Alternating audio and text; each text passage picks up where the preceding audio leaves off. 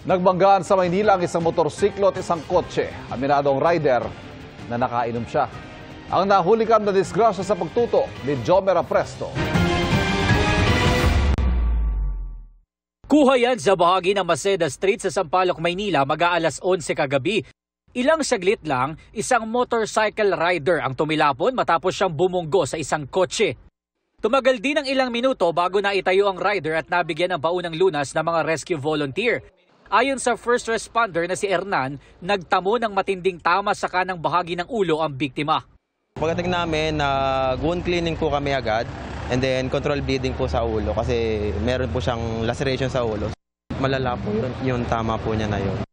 Kwento daw ng biktima sa kanila, galing siya ng Caloocan City at pauwi na sana sa Montalban, Rizal. Aminado raw ang rider na nakainom siya. Lasing po siya kung ano siya sabi niya. Hindi niya rin po alam kung nasan yung wallet niya. Posibleng hindi rin daw suot ng biktima ang kanyang helmet na tumalsik noong mangyari ang aksidente.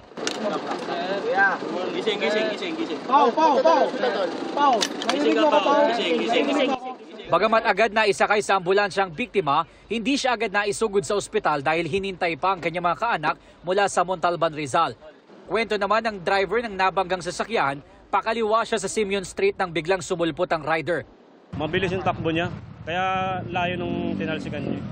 Nasa gitna na ako kaya yung tama ko nandun sa harapan. Handa daw siyang makipagtulungan sa mga otoridad. Dinala siya sa istasyon ng pulisya maging ang mga sasakyan na naaksidente para sa gagawing investigasyon. Para sa GMA Integrated News, Jomer Apresto, nakatutok 24 oras.